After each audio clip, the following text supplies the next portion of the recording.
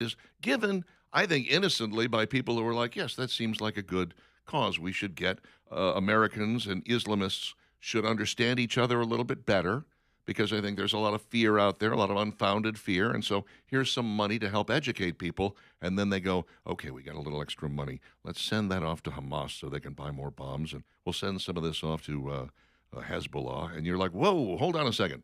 That's not what I was giving you my money for. Inevitably, you find that, and that is why both Florida and Texas had to label these guys as terror organizations, terrorist organizations.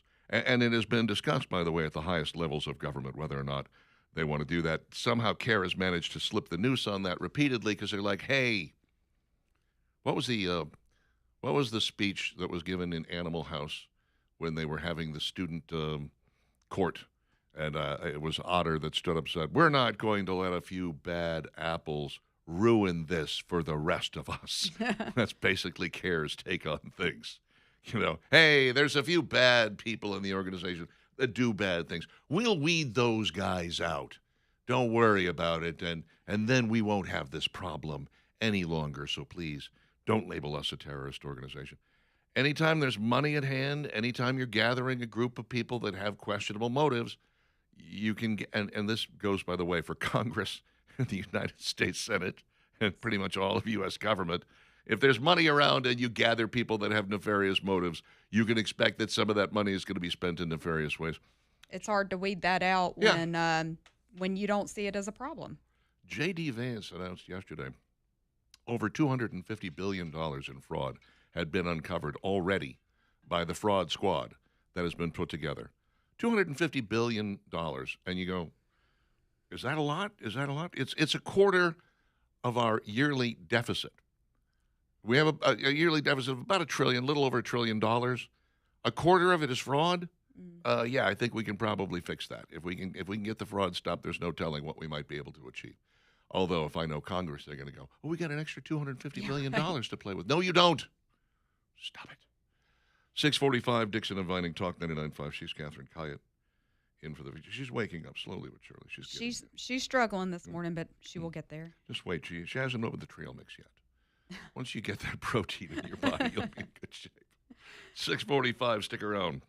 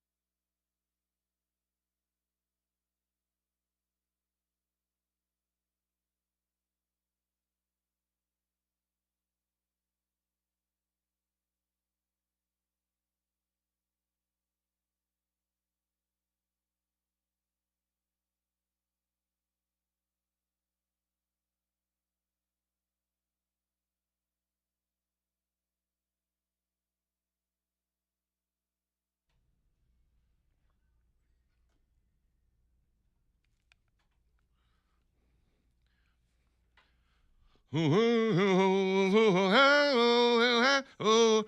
90s songs were just all vowels, you know.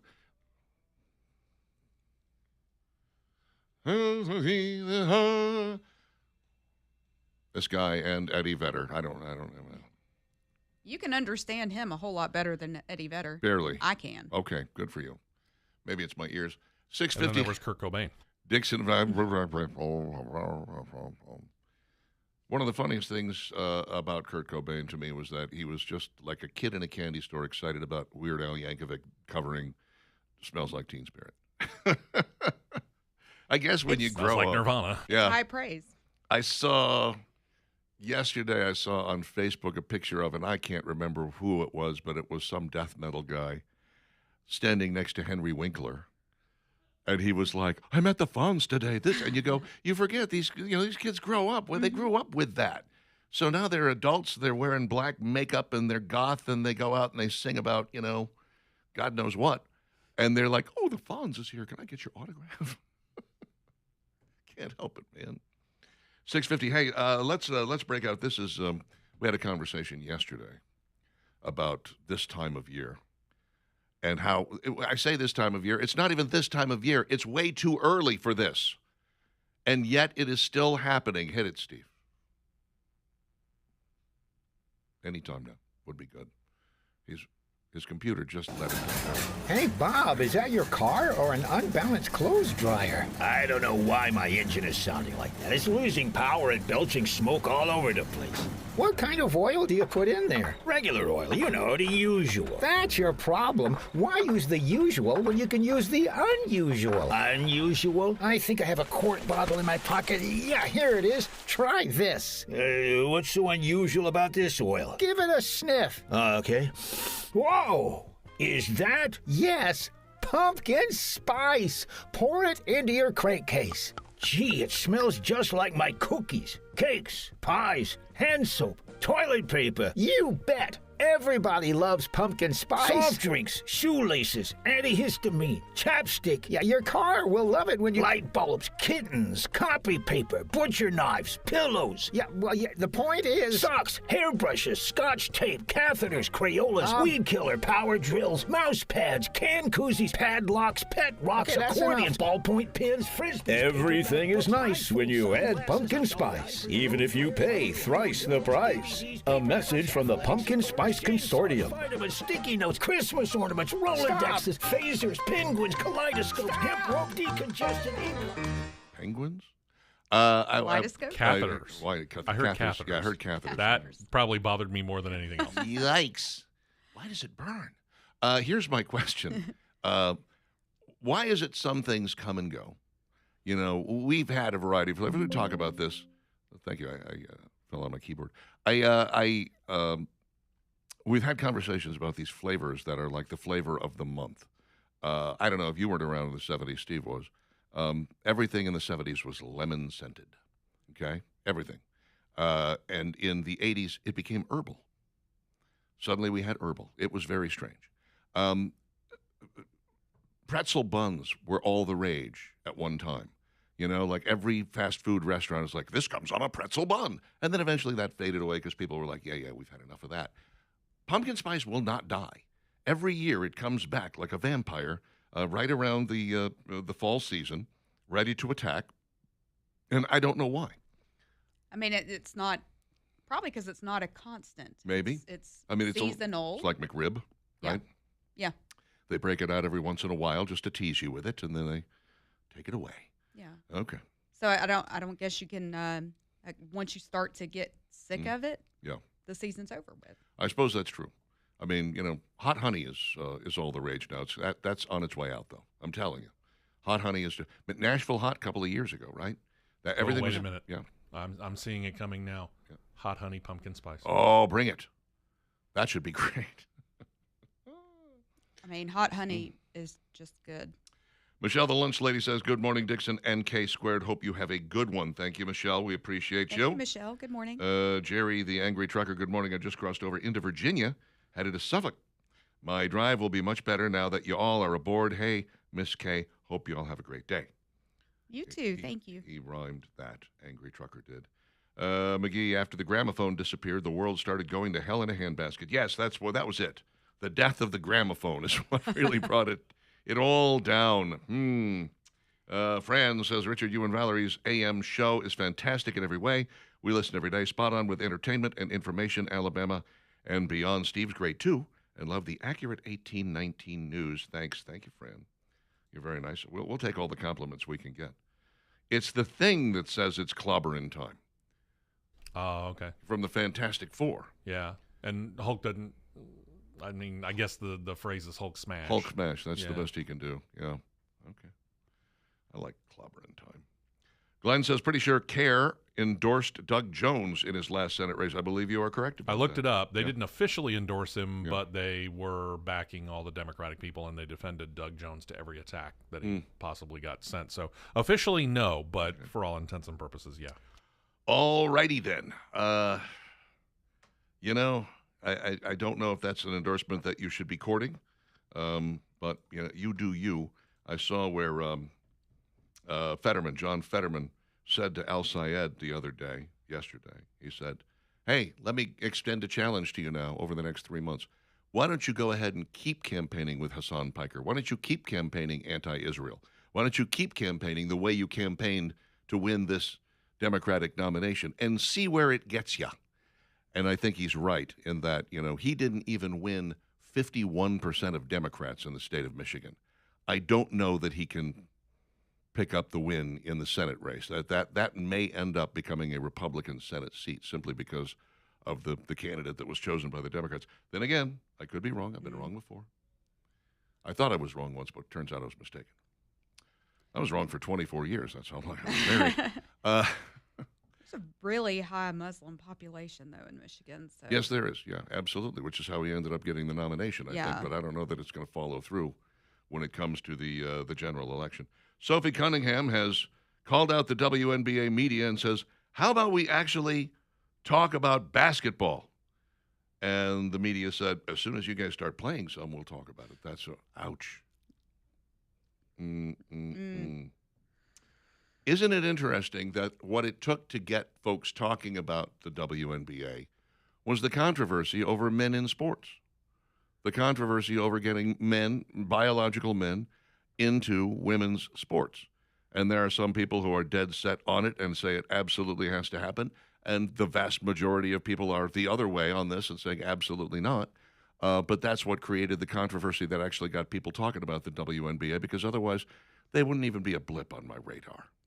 I mean, all they have is Caitlin Clark, you know. And Sophie Cunningham. And Sophie Cunningham, yeah. Angel Reese is the bad girl and so on and so forth. But the WNBA is something that I scroll past on the channel guide as I'm flipping through to see what I'm going to watch for the next 10 minutes before I go to bed. And I'm like, oh, who's watching that? Okay, scroll. Like, I don't know anybody that watches WNBA, and I have a lot of basketball fan friends in my life. Yeah. Yeah. I'm trying to remember who it was that said this to me.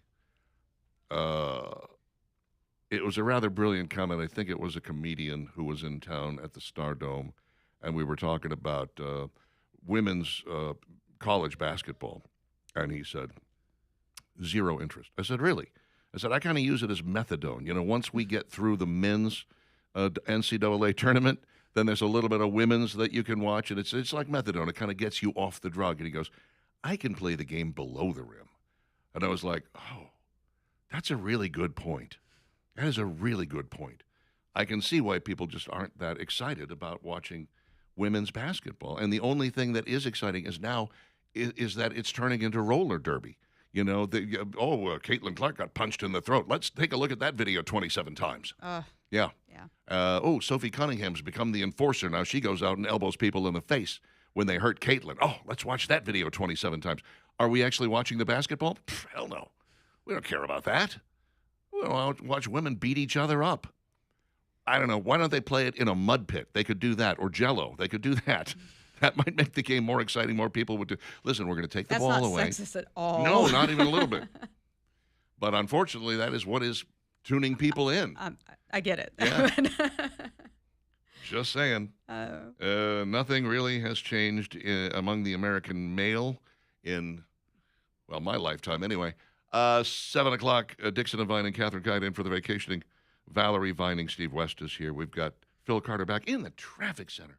Evan Chikvera handling our weather this morning, and a lot of rain coming up in our forecast. Well, it's 50-50 shot. We'll talk about that a little bit more. And Tommy Tuberville, coach/senator/man who would be governor, joining us on the phone in mere moments. Stick around. Talk 99.5.